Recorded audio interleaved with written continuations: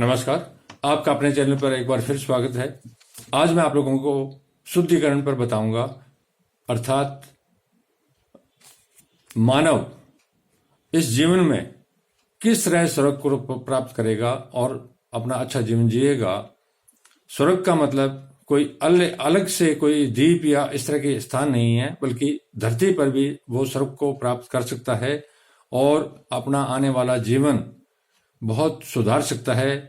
अगर उसको जीवन वापस वो अगर अपना चाहता है तो उसको अच्छा जीवन भी प्राप्त होगा और वो आत्मा से परमात्मा की ओर जाना चाहता है कि मुझे वापस से जन्म नहीं लेना। उसके भी उपाय हैं। इस शुद्धिकरण ये है शुद्धिकरण जो हिंदू शास्त्रों में दिया हुआ है। इसको बाइबल में बपतिस्मा भी कहा जाता है और कुरान में हज कहा जाता है। अब बताता हूं शुद्धिकरण क्या है। धर्म कोई भी हो, शास्त्र कोई भी हो, सारे पवित्र हैं और एक ही रास्ते, एक ही परमात्मा की ओर ले जाने वाले हैं। ये भ्रांतियों मत फैले। ईश्वर अनेक नहीं है, वो एक ही है और उसी ने सब को बनाया है। इसलिए सब एक ही पिता के संतान है। तो जितने भी धर्म शास्त्र हैं वो सभी के लिए हैं, सभी के ज्ञान के लिए हैं। अलग अलग शास्त्रों में कहीं राक्षसों का नाम आया है, कहीं शैतान का नाम आया है। एक ही बात है, एक ही मतलब है इसका। जब मनुष्य या अन्य कोई जीव धरती पर आता है तो सबसे पहला उसका वास्ता शैतान से पड़ता है। बाइबल कुरान में बहुत अच्छा बताया गया है, एग्जाम्पल दिया गया है। और हिंदू धर्म शास्त्रों के अंदर राक्षसी रूप बताया गया है कि किस तरह से मानव के रूप में होके भी किस तरह के कर्म करते हैं, कैसे मतलब उनका भयानक आकार और भयानक ताकत दुनिया को विध्वंस करने के लिए तैयार है। अब दुनिया का हाकिम शैतान है, अर्थात दुनिया का राजा शैतान है। इसको जीतना पड़ता है, जीते बिना ईश्वर की प्राप्ति नहीं की जा सकती, न ही उसको पहचाना जा सकता। शैतान के बस में रहते हुए ईश्वर की पहचान नहीं होगी। आप अंधेरे में रहोगे और शैतान का रास्ता दोजख और नरक को ले जाएगा।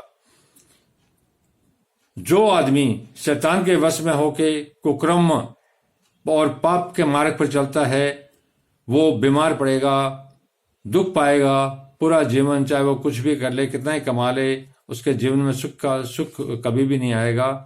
तो शुद्धिकरण अर्थात बपतिस्मा या हज, तीनों एक ही बात है। अलग अलग भाषा, अलग अलग चीज उसकी है, तो इनका मतलब सारा एक है। शुद्धिकरण क्या है, बपतिस्मा क्या है और हज क्या है, तो मैं आप लोगों को इसका विस्तार से बताता हूं। शुद्धिकरण के अलग अलग तरीके हैं, लेकिन उसका मतलब, उसका तात्पर्य एक ही है कि इंसान अपने बुरे कर्मों को छोड़ के शरीर के सुख के लिए या अपने घर परिवार के सुख के लिए या अपने स्वार्थ के सुख के लिए किसी प्रकार का गलत कार्य न करे। जो परमात्मा दे उससे संतुष्ट हो और प्रभु के मार्ग पर चले। जो उसके नियम हैं, जो हमारे धर्म ग्रंथ बताते हैं, जो हमारे गुरुओं ने हमें बताया है कि किस प्रकार तुम एक व्यवस्था, एक कानून के तहत चलोगे, क्योंकि प्राकृतिक कानून है और प्राकृतिक कानून ईश्वर के रास्ते पर ले जाने वाले हैं।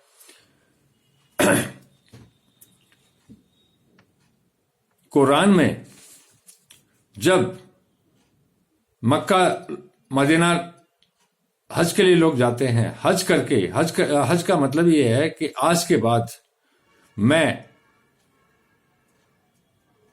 कुरान की आयतें जो ईश्वर की खुद की मुंह से कही गई है उन्हीं पर मैं चलूंगा। उसके अलावा चाहे कुछ भी हो जाए, मैं और कोई कार्य ऐसा नहीं करूंगा। तो सबसे पहले वो उस शास्त्र के, उस पवित्र कुरान पर ही वो सोचता है और उस पर ही उसी मार्ग पर चलता है। तब उसका हज पूरा होता है और वो शुद्ध हो जाता है। बाइबल में बपतिस्मा का मतलब भी यही है कि यूहन्ना ने यरदन नदी के किनारे या अर्थात यरदन नदी में बपतिस्मा देता था और उनका शुद्धिकरण की क्रिया करता था। ईसा मसीह ने भी अपना बपतिस्मा यूहन्ना के द्वारा ही करवाया था। यूहन्ना उसको जानता नहीं था, लेकिन जब वो आया तो उसको पहचान भी लिया और उसको बपतिस्मा दिया भी उसने। वो जानता था कि ये मुझसे बहुत पहले था और मुझसे बहुत बड़ा है, मैं इसकी जूती के बराबर भी नहीं हूं। तब भी यूहन्ना के मना करने के बाद भी ईसा ने कहा, अब तो इसी रीति से मेरा बपतिस्मा तू कर। और उसके बाद ईसा ने पूरा जीवन पानी द्वारा कभी बपतिस्मा नहीं लोगों को दिया, बल्कि अग्नि, आग और आत्मा से दिया। गीता के अंदर, गीता एक कर्म योग पर है। कर्म योग का मतलब है कि जैसा कर्म करेगा वैसा फल देगा भगवान। यह है गीता का ज्ञान।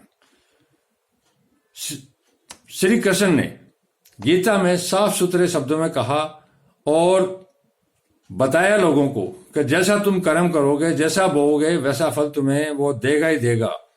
और कर्म करना बहुत जरूरी है। संसार में तुम कर्म करने के लिए आए हो, या तो शैतान के रास्ते पर चल के वो कर्म करो जिसमें तुम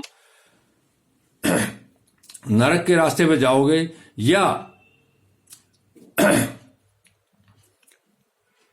इस शास्त्र के हिसाब से जो ईश्वर का है, जो ईश्वर द्वारा कहा गया, इस पर चलोगे तो तुम्हें स्वर्ग की भी प्राप्ति होगी।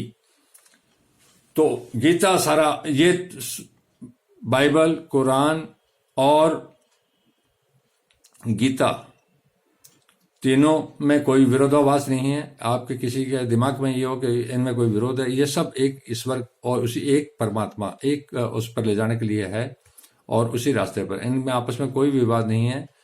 जो तत्व है, जो सत्य है, उस पर एक ही जगह पर आके इनका विचार ठहर जाते हैं। तो वो दिमाग से निकाल दें कि ये अलग है, वो अलग है, अलग अलग है।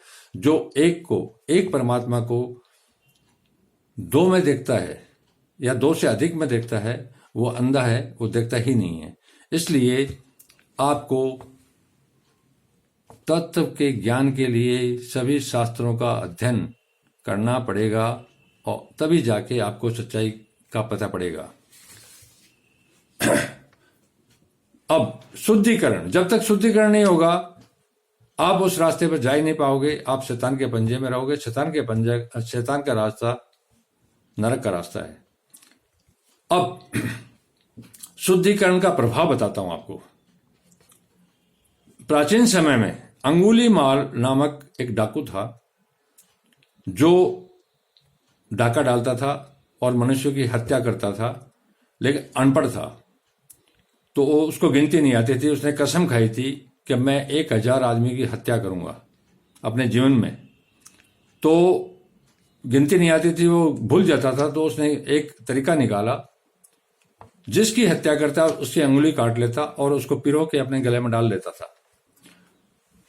धीरे धीरे उसके पाप बढ़ते गए और हत्याएं बढ़ती गई, डाके बढ़ते गए। तो उसकी गले की माला बड़ी होती गई। आसपास के इलाकों में उस डाकू की क्रूरता की और हत्या की सारी बातें पहुंच गई और लोग उससे डरने लगे कि इस जंगल में हमें नहीं जाना, क्योंकि यहां एक डाकू है जो आदमियों की हत्या करता है, डाका डालता है। उसी रास्ते पर गौतम बुद्ध कभी निकल रहे थे तो अंगुलीमाल ने उसको पकड़ लिया। गौतम बुद्ध को, भिक्षु के रूप में थे गौतम बुद्ध। जब पकड़ लिया तो बोला भाई ठीक है, मैं तो हत्या करता हूं। और गौतम बुद्ध ने बोला ठीक है, ये किसके लिए करता है? बोला अपने परिवार को पालन पोषण के लिए। तो गौतम बुद्ध ने कहा कि तू ये काम गलत काम क्यों कर रहा है, इसमें तो तू पाप के रास्ते में जाएगा, नरक का रास्ता का। बोला मैं इसे कुछ नहीं जानता, मुझे अपने परिवार का भरण पोषण करना है, मैं यही काम करता हूँ आया हूँ और यही करूंगा। और मैंने 1000 आदमियों की हत्या का शपथ ली है, वो मैं पूरी करूंगा, अब मैं तुझे काटूंगा। गौतम बुद्ध ने कहा किसके लिए कर रहा है? अपने परिवार के लिए कर रहा हूं। तो ये क्या तेरा परिवार इस कर्म में तेरे साथ हैं? बोला बिल्कुल मेरे साथ हैं, वो तो मेरे साथ होंगे ही होंगे। बोला नहीं, तू उससे पहले उनसे पूछ के आ। तो अंगुलीवाल ने बोला कि मैं इतना सीधा नहीं हूं, मुझे मूर्ख बना के तू मैं जाऊं पूछने और तू भाग जाएगा। गौतम बुद्ध ने उसको कहा कि मुझे एक पेड़ से बांध दे और अपने घर वालों से, बीवी बच्चों से पूछ के आ कि ये जो तू काम कर रहा है वो ठीक है, तो कोई बात नहीं, और वो आपके तेरे कर्म में साथ हैं तो कोई दिक्कत नहीं, मुझे काट लेना।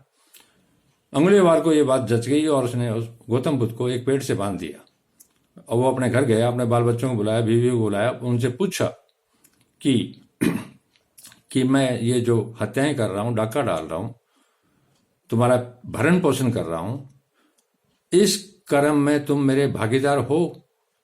उन्होंने एकदम साफ मना कर दिया कि हम तेरे कर्म में, किसी कर्म में भागीदार नहीं है, तू घर का सबसे बड़ा है, मुखिया है, हमारा पालन पोषण तेरा उत्तरदायित्व है। हमने तुझे कब कहा कि तू ये हत्याएं और डाका डाल? तू किसी भी रूप में मजदूरी करके हमारा भरण पोषण कर, हम तो यही चाहते हैं, गलत काम करेगा हम तेरे साथ नहीं हैं। डाकू का दिमाग खराब हो गया, वो निराश होकर वापस लौट के आया और गौतम बुद्ध को खोल दिया उसने। गौतम बुद्ध को खोल दिया और कि तुम जाओ और मुझे कोई रास्ता बताओ। तब गौतम बुद्ध ने उसको धर्म का रास्ता बताया, अर्थात बपतिस्मा, शुद्धिकरण का तरीका बताया, और उसको ईश्वर का नाम लेने का बताया कि तू इसके अलावा कोई चारा नहीं है, तो तू ये काम कर, तू स्वर्ग को जाएगा, तू सारा कुछ करेगा। इसी अंगुलीमाल को, माल डाकू को, गौतम बुद्ध ने अपने वचनों अर्थात आत्मा द्वारा बपतिस्मा दिया था। ये बपतिस्मा का इतना प्रभाव पड़ा कि एक कुख्यात डाकू शुद्ध होके और वाल्मीकि कहलाया और उसने रामायण जैसे महाग्रंथ की रचना की, जिसमें जो हिंदू धर्म का बहुत प्रथम ग्रंथ है, बहुत बड़ा ग्रंथ है, जिसकी पूजा की जाती है, जिसको बहुत उसमें वो किया जाता है। भगवान विष्णु के बारे में बताया, सारा कुछ बताया, सीता हरण सारा। तो बपतिस्मा, जब तक आदमी शुद्धिकरण नहीं होगा, जब तक उस मार्ग पर नहीं जाएगा। एक डाकू जब आत्मिक रूप से शुद्ध होके किसी धर्म गुरु द्वारा रामायण जैसे ग्रंथ की रचना कर सकता है, तो एक आम आदमी क्या नहीं कर सकता। यही इसका मतलब है। बाइबल में बपतिस्मा यूहन्ना द्वारा पानी से दिया जाता था, लेकिन ईसा ने आत्मा, जो गौतम बुद्ध ने जो आत्मा के द्वारा दी थी, उसी रूप में आत्मा द्वारा और अग्नि द्वारा दिया गया। और बड़े बड़े ग्रुप, बड़े बड़े गिरोह ईसा के पास आते थे और उनको आत्मिक रूप से वो बदल देता था और वो उस मार्ग पर चल पड़ते थे। यह इसका इतना प्रभाव है कि दुनिया आज ईसा को सर माथे पर रख के उसकी पूजा करती है। वो चर्च के अंदर ही नहीं, ये पूरी दुनिया, खुली दुनिया चर्च ही है। सभी उसका सम्मान करते हैं, सभी उसको ईश्वर का पुत्र मानते हैं और सभी उसके मार्ग पर चलने के उत्सुक हैं, सभी उसका ज्ञान प्राप्त करना चाहते हैं।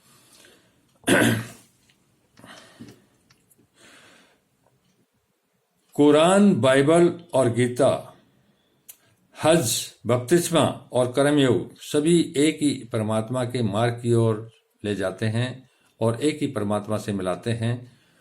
तो दुनिया में आदमी दुख से अगर मुक्ति पाना है किसी भी रूप में, तो उसका और कोई रास्ता नहीं है। चाहे उसके पास कितने पैसे हो, कितनी ताकत हो, उसको दुख से मुक्ति नहीं मिलेगी।